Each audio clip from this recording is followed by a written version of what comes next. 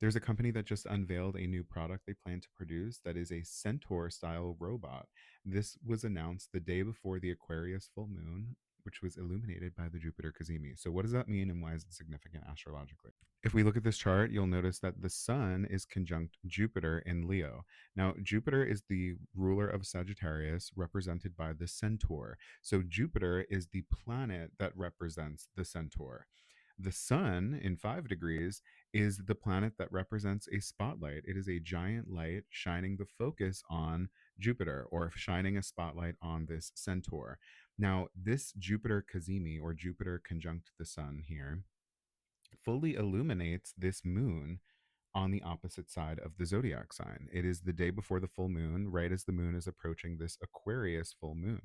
Aquarius is the sign that rules robotics, technological innovations, and it makes sense that this unveiling happens right before the Aquarius full moon. But even more so, when they unveiled it, the moon was still in Capricorn. Capricorn is another sign that's also ruled by Saturn, just like Aquarius, but it's represented by the goat. This centaur has a goat's head with goat horns. That's not the only significant astrology going on. Not only did we have this full moon in Aquarius conjunct Pluto, but we also had this major formation that's still happening right now called the Barbo basket. And it's basically Pluto in 4 degrees forms this sextile here to Neptune in 4 degrees, right there forms a sextile to Uranus in 4 degrees, which then formed a sextile to Jupiter, which was in 4 degrees just the other day. And one of the ways we see this formation manifest is in this unveiling, where, yes, the Sun conjunct Jupiter represents a spotlight on this new Centaur style robot, but the trine to Neptune in 4 degrees of Aries represents the unveiling of that product. Neptune represents a veil or something that is concealed or hidden behind a curtain. And the trine to Jupiter Cazimi or Jupiter conjunct Sun represents that veil being removed so that the light can very easily show the product that was being concealed. Meanwhile, we have Uranus over here representing the innovation of it all, the modern ruler of this Aquarius full moon. And that forms the trine to the Pluto and the Aquarius moon and the sextile to Jupiter and the sun, basically balancing out the aspect and the formation that's formed with Neptune.